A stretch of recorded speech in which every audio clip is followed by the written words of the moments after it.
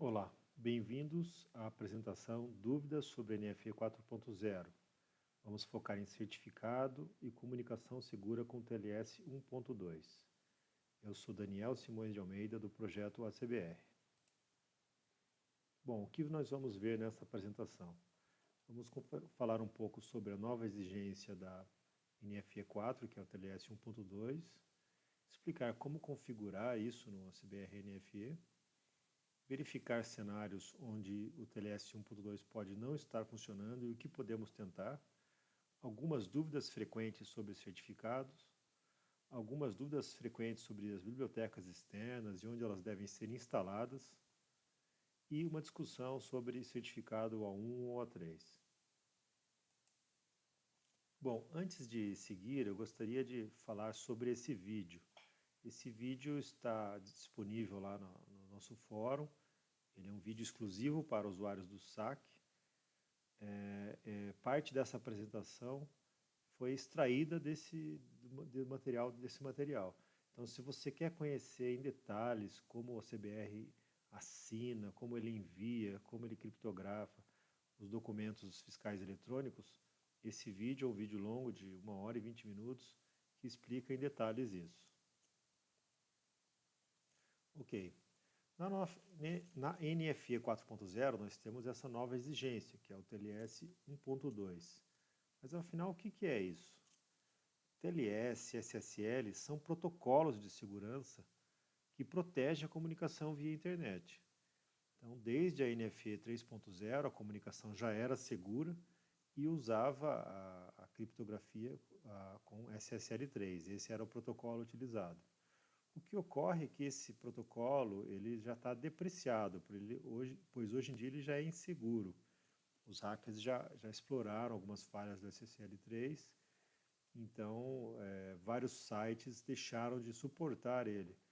E o governo acertadamente fez o mesmo na NFE 4, passando a aceitar apenas o TLS 1.2, que é um protocolo bem mais seguro. Antes da gente explicar como configurar a CBR-NFE, vamos falar um pouquinho aqui sobre o interior do componente ACBR-NFE.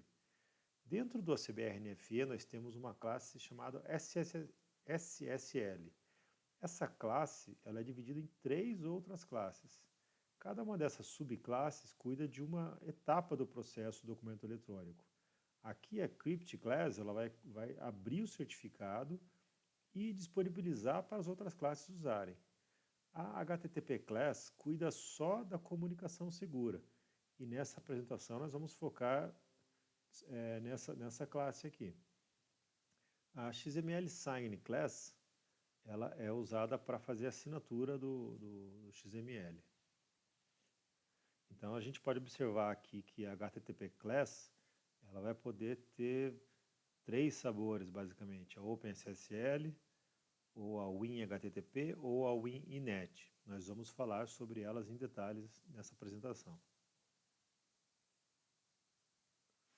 Aqui dentro da classe SSL, ainda vou expor aqui mais algumas propriedades e métodos que ela tem. Então, como que eu chego nessa classe DFSSL? Através do componente ACBR-NFE, por exemplo, você pode colocar CBR-NFE.SSL. Você vai ter essa classe aqui. Então você configura ela configurando individualmente essas 3 bibliotecas. Ah, mas não tem aquela propriedade SSL lib que eu já configuro as 3?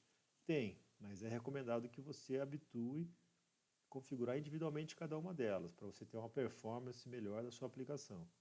Nós vamos dar mais para frente também algumas sugestões de configuração dessas 3 bibliotecas. Observa que aqui também eu tenho uma propriedade chamada SSL Type. Aqui que eu vou configurar o danado do TLS 1.2. Então aqui que eu vou dizer que eu quero comunicar em TLS 1.2. Eu ainda chamo a atenção para essas 4 propriedades aqui que nós vamos ver a seguir. Olha lá. Arquivo PFX, dados PFX, número de série e senha. Então aqui eu informo para o ACBR como ele vai carregar esse certificado. Arquivo PFX e dados PFX são compatíveis apenas com o formato A1. Eles são muito versáteis porque eu posso ter o certificado num arquivo no meu disco ou no meu banco de dados, por exemplo. Eu posso fazer um download desse certificado da internet para os terminais dos caixas, né? Então, o dados PFX é ainda mais flexível. Eu posso passar por stream os dados do certificado para a minha aplicação abrir ele. Ou seja, eu não preciso instalar o certificado no Windows quando eu estou usando arquivo PFX ou dados PFX. Funciona só com o OpenSSL, esses dois caras? Não, funciona também com o WinCrypt. Você pode usar arquivo PFX e dados PFX com certificados A1 em OpenSSL e na WinCrypt. Se o seu certificado é A3 ou você prefere, por um motivo ou outro, instalar o certificado no Windows, então você pode usar ele pelo número de série. Repare que essas três propriedades são mutuamente exclusivas, ou seja, eu não vou informar arquivos PFX e número de série, eu vou informar uma delas apenas. Então, se eu quero usar um certificado que já está instalado no meu Windows, eu tenho que informar o número de série dele. Eu tenho um certificado que está instalado no Windows e eu não tenho arquivo PFX. Eu consigo gerar esse PFX? Consegue. Você pode, pelo seu Internet Explorer, exportar o seu certificado gerando um novo arquivo PFX. Tem dezenas de tutoriais sobre isso na internet. É só você exportar o seu arquivo PFX com as chaves privadas que você vai ter uma cópia do PFX original. Então isso aqui é muito útil se você quer, por exemplo, instalar o mesmo certificado em vários caixas para NFC. Ainda um pouco mais sobre a DFSSL, olha, aqui eu estou configurando agora qual é a biblioteca que vai fazer comunicação segura. Ou seja, eu posso escolher entre o WinInet, o WinHTTP ou o OpenSSL. Essa IND está aqui só por compatibilidade, né? Não vamos nem citar ela. E no SSL Type eu tenho esses vários sabores aqui, sendo que na NFE4 vou ser obrigatoriamente a usar esse aqui, TLS 1.2. Normalmente essa propriedade vem configurada com LTAL. O LTAL nada mais é do que uma instrução para a classe fazer assim, olha, tenta essa comunicação primeiro, se falhar, tenta essa, se falhar, tenta essa. Então o LTA é um coringa. Ocorre que alguns servidores não gostam disso, ou seja, se você configura com LTAL e ele tenta fazer uma conexão nesse servidor com um protocolo errado, como por exemplo esse aqui, o servidor já vai lá e derruba a sua conexão. Então por isso que o LTAL não funciona na maioria dos web services que são 4.0, obrigando você a configurar corretamente aqui TLS 1.2. Na 3.0 você pode colocar o LTAL, que ele acaba caindo aqui no SSL v3 e funciona. Outra propriedade interessante que dá para a gente citar aqui é o timeout. Então o timeout padrão do CBR, se eu não me engano, é 60 segundos. Você pode configurar esse timeout para algo menor e com isso ter um controle melhor do seu offline, da emissão de offline da NFC. Lembrando que o tempo é em milissegundos, então 5.000 igual a 5 segundos. Aqui eu vou detalhar agora um pouco das classes disponíveis para comunicação segura. A primeira, HTTP OpenSSL. Como que eu configuro ela? Eu só defino em SSL HTTP lib esse tipo aqui. Feito isso, o ACBR já vai procurar essas bibliotecas da OpenSSL para fazer a comunicação segura com o web service usando a biblioteca OpenSSL. Qual é a grande vantagem de usar o OpenSSL? Eu não dependo de nenhuma configuração do Windows e não dependo de nenhuma atualização do Windows. Ou seja, eu não estou usando nenhuma das APIs do Windows para fazer a comunicação segura. Eu estou usando as DLLs do OpenSSL, essas duas aqui.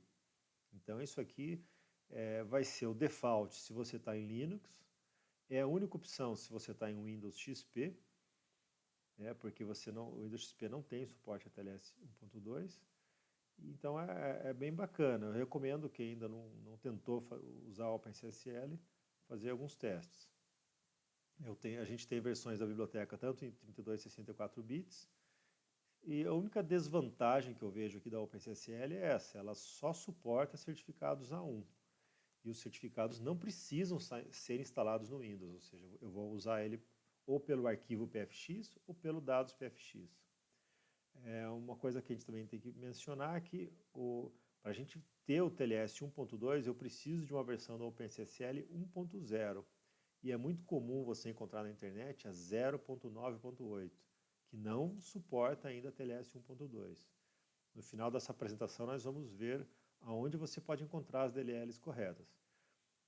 O OpenSSL também tem uma série chamada 1.1, que modificou bastante as assinaturas dos métodos do OpenSSL. Então, o CBR ainda não é compatível com o 1.1. WinHTTP. Essa WinHTTP é uma API do Windows, ou seja, é uma biblioteca, são essas DLLs aqui, que expõem vários métodos que permitem a aplicação fazer uma comunicação segura. Então, a CBR pode fazer uso dessa API, ela é uma API mais moderna, e ela já vem nativa no seu Windows, ou seja, você não precisa instalar nada. Ela já está lá no seu Windows desde que você instalou o Windows. O que ocorre é que para a gente usar o TLS 1.2, eu dependo de atualizações do Windows. Ou seja, muitas vezes a versão dela que vem, ela vem com os protocolos mais básicos, né? Como o TLS 1.2 é relativamente novo, você vai precisar rodar atualizações no seu Windows para ter ela atualizada. Ela também tem versões 32 e 64, suporta tanto o A1 quanto o A3, então ela é a melhor opção se você só vai usar o Windows e precisa de suporte de certificados A3. WinINet. A WinINet é uma biblioteca mais antiga que a WinHTTP. Ela faz quase a mesma coisa que a WinHTTP, mas ela é baseada no código do Internet Explorer, ou seja, essa API, na verdade, é do Internet Explorer. Então, quando a gente configurava lá no ACBR Capcom, a gente usava essa API aqui, a WinINet. Então, era a maneira antiga que o ACBR se comunicava. Por que a gente não recomenda o uso dela? Porque ela depende disso aqui, ó. Ela depende das configurações do Internet Explorer para funcionar. Ah, mas então na WinHTTP não preciso fazer essa configuração? Não, não precisa. Você só vai configurar essa tela se você for WinINet. Não vai configurar essa tela se você for WinHTTP ou OpenSSL. Essa tela daí não faz o menor sentido para esses dois casos. Essa biblioteca também tem versão 32 e 64 bits, também abre certificados A1 a 3, e ela é uma boa opção para você testar algo se por um acaso a WinHTTP não estiver funcionando. Então aqui você vai para um conjunto diferente de bibliotecas do seu Windows, pode ser que a sua WinHTTP esteja desatualizada e essa do WinNet não, esteja atualizada. Então ela tem um processo de atualização um pouco diferente. Mas eu recomendo o uso da WinHTTP. Aqui são as nossas principais sugestões de configuração. Então, se você usa Windows, a CryptLib, ou seja, a biblioteca que vai abrir o certificado digital e vai fazer as funções de criptografia, a gente recomenda que seja essa aqui, ó, WinCrypt. A biblioteca que vai fazer a comunicação segura, o HTTP, a gente recomenda que seja a WinHTTP. E a de assinatura de XML, a gente recomenda, em ambos os casos, essa, libxml2. A opção para essa aqui seria a MSXML, que fazia par com a Capcom, ou seja, a MSXML é tão depreciada quanto a Capcom, é uma DLL antiga, só 32 bits, ela tem que ser registrada, ela tem uma série de problemas. Então a gente recomenda enfaticamente o uso dessa aqui, que vai causar uma dependência na sua aplicação das libs do XML2, mas você vai ver que é muito fácil de resolver essa dependência. Sempre também lembrando de configurar o SSL Type para 1.2, quando você for falar com a 4.0. Alguns provedores, alguns web services de 3.10 já estão aceitando o TLS 1.2, mas tem alguns que não, você tem que voltar para o LTA ou LTSSL 3, né? Conforme o caso. As vantagens dessa configuração são essas. Ó, você vai usar qualquer tipo de certificado. Essas DLLs, elas não precisam ser instaladas, né? Não preciso fazer registro dessas DLLs, né? Como a maioria delas aqui é nativa, excluindo a XML2, eu não preciso nem carregar essas DLLs, elas já estão no Windows, né? E suporta o TLS 1.2. As desvantagens é que para mim usar todos os recursos dela, eu preciso ter um Windows atualizado. E pode não funcionar em Windows XP, Windows Server 2008, ou seja, sistemas operacionais antigos. Se você usa Linux, a única opção que você tem é essa aqui, CRI OpenSSL. E aqui você fica limitado também a certificados A1. Então ela faz praticamente tudo que a WinCrypt faz, menos abrir certificados A3. O OpenSSL é também uma boa opção no Windows, quando, por exemplo, você vai usar um Windows antigo, Windows XP, ou quando você não consegue fazer funcionar com a WinCrypt e você tem o certificado A1. Tenta o OpenSSL sem medo que, se funcionar, tá resolvido. Bom, vamos lá. E quando o TLS 1.2 não funciona, né? O que a gente tem que tentar? Primeiro, vamos observar, você está usando a WinCrypt como biblioteca principal ou você está usando o OpenSSL? Se você estiver usando a WinCrypt, você tem que primeiro verificar se o seu Windows suporta TLS 1.2. Como a gente já falou, o Windows XP e o Windows Server 2008 não suportam essa versão. Então, se você está com um desses bichos antigos na mão aqui, sem chance, vai para o OpenSSL e somente certificado A1. O cliente, mas eu tenho um A3, fala, compra um A1, senão não vai funcionar, ou troca de Windows, né? Se não funcionou também, o que você tem que fazer? Atualizar o Windows. Então também vejo no fórum muita gente perguntando, mas qual programa, qual patch que eu rodo para atualizar a TLS 1.2?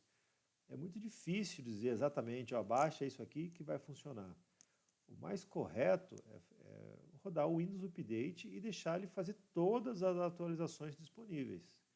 Lógico que isso aqui subentende que você tem um Windows original.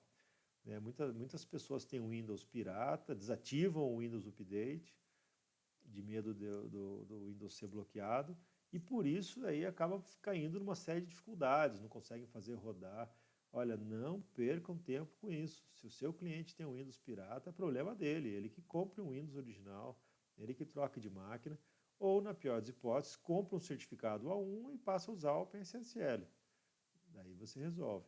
Mas assim, eu não conheço nenhum caso em que, após rodar toda a atualização do Windows Update, não tenha funcionado a TLS 1.2. Vamos lá. Algumas dúvidas frequentes sobre certificados. A versão Capcom, ela vai continuar funcionando na versão 4.0 da NFE? Eu posso usar a TLS 1.2 com a Capcom?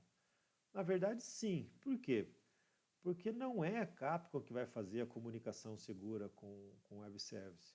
A Capcom aqui, ela só é um wrapper, ou seja, ela é um envelope para chamar a própria WinCrypt para abrir o certificado.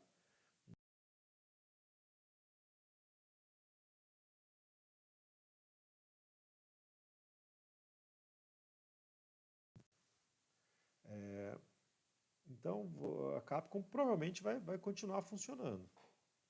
Mas não é recomendado nem um pouco, né?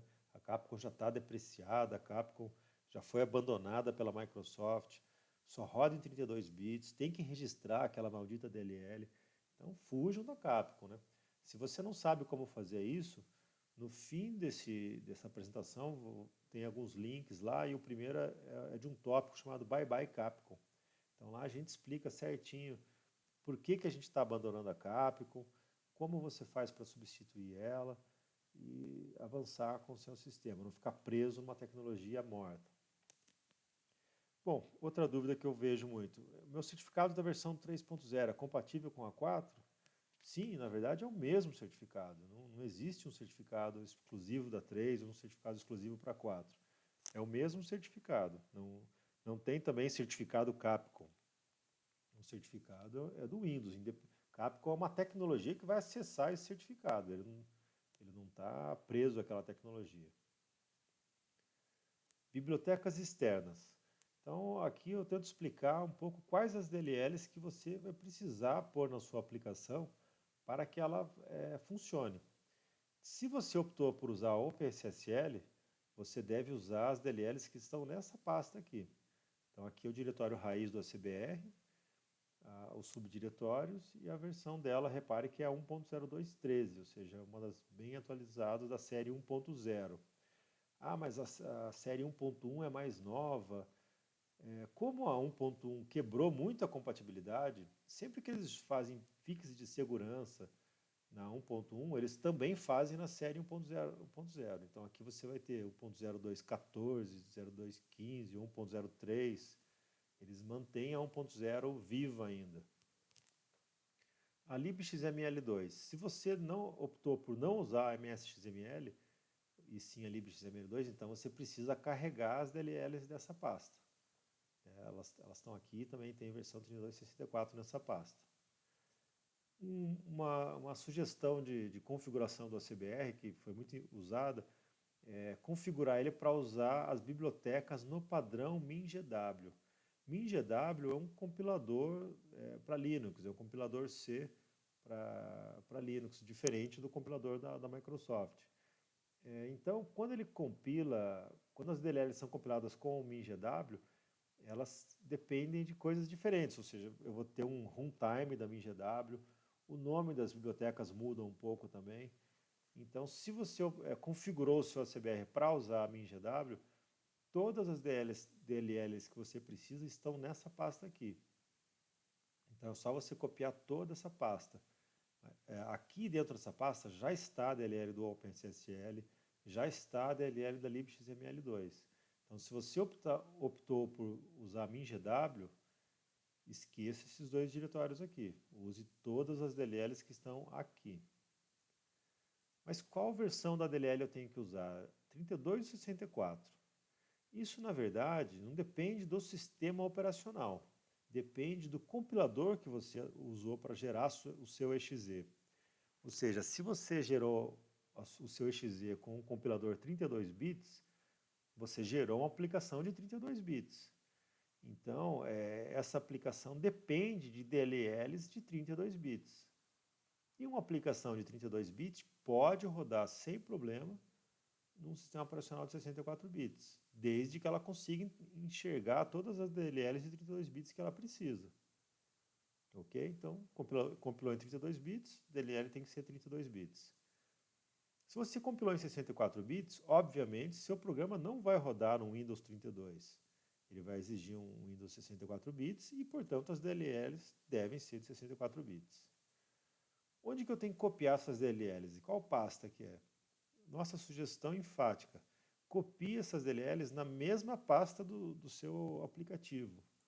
Ou seja, onde está o seu .exe, é ali que você vai depositar as suas DLLs. Por que isso?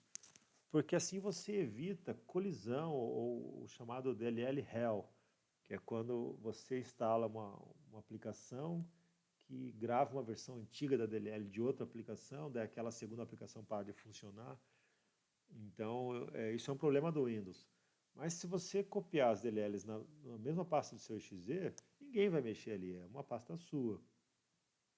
E o Windows, quando ele vai carregar uma DLL, o primeiro lugar que ele procura por essa DLL é na própria pasta do exe.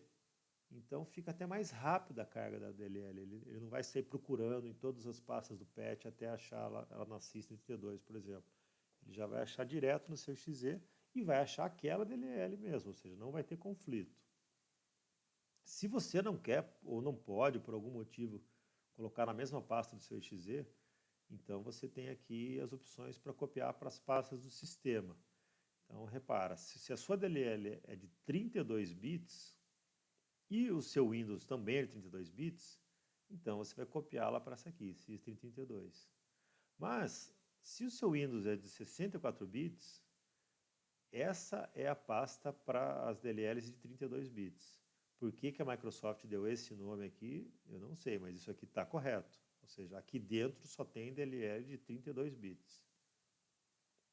Se a sua DLL é de 64 bits, então o Windows 32 bits está fora, você não pode usar ele. E no 64 bits, daí você vai copiar na System32, é isso mesmo. Então, observa que a System32 para eles é a pasta nativa do sistema operacional. Então, aqui no 64 fica bem estranho. Qual certificado que eu devo usar? A1 ou A3? Nossa recomendação enfática é que você use o A1. Então, o A3, a gente vê uma corrente de pessoas falando, é mais seguro, é mais barato, dura mais tempo. Na verdade, o A3 só enche o saco, é uma chatice, vive dando problema no suporte, é muito difícil de instalar, cada fornecedor tem um instalador diferente, tem cartão, tem pendrive, cada um é um instalador diferente, instala um monte de coisa no seu sistema operacional. Então, se você quer ver seu técnico trabalhar o dia inteiro no mesmo cliente, fala para o cliente comprar um A3. Daí ele vai ficar o dia inteiro tentando fazer aquele A3 funcionar. Se você tem um A1, é o PFX e pronto. Você copiou aquele PFX na máquina, configurou lá o arquivo PFX, está funcionando. Mas eu posso instalar o A1 no Windows? Pode também. Instala o A1 no Windows, usa o número de série dele e acessa da mesma maneira. Se você usa Linux, a única opção vai ser usar o A1, porque no CBR a gente não suporta certificados A3 no Linux. Então a grande vantagem aqui é que você não precisa instalar o A1. Ele pode ser baixado do seu banco de dados, por exemplo, para as estações do caixa, pode vir de um web server seu interno e baixar um certificado novo já nos caixas, é muito mais versátil do que um A3. Então, a nossa dica aqui, você pode definir como um requisito básico de funcionamento da sua aplicação a presença de um certificado A1. Então, você vendeu o sistema para o cliente fala, já tenho aqui um certificado A3. Você fala, olha, meu sistema precisa de Windows 8 de memória e certificado A1. Então, o senhor vai ter que comprar um certificado A1 que custa de 140 a 180 reais. Não é o fim do mundo, né? Não é o fim do mundo. Então, fica aí a dica, A1. Aqui, para terminar, a gente tem alguns links úteis, né? Como eu falei, esse Bye Bye Capcom é um tópico que cita sobre esse abandono da Capcom por parte da CBR. Aqui também é um outro tópico do nosso fórum, onde eu explico como ativar a TLS 1.2 na OpenSSL, algo que já vem padrão hoje na CBR. Alguns links externos de outros sites, da própria OpenSSL. Aqui explicando um pouco mais sobre TLS e SSL, né? É um link da Wikipedia. Aqui é o vídeo completo lá da DFSSL, se você quer conhecer um pouco mais sobre essa biblioteca que é interna de todos os componentes do ACBR. Lembrando que esse é um vídeo exclusivo de usuários do SAC. E esse aqui é uma atualização para o Windows que promete ativar o TLS 1.1 e 1.2. Então eu já vi gente que baixou isso aqui, funcionou, teve gente que rodou e disse que não funcionou. Em todo caso, é algo de você tentar. Mas eu recomendo mesmo o Windows Update. Roda o Windows Update, deixa ele atualizar tudo. Daí você não vai precisar, lógico, rodar isso aqui. O próprio Windows Update vai instalar isso aqui para você. É isso, pessoal. Então, muito obrigado pelo tempo de vocês. Espero ter respondido alguma das dúvidas aí da NFE 4. E essa apresentação vai estar disponível na mesma página do vídeo. Obrigado, até a próxima.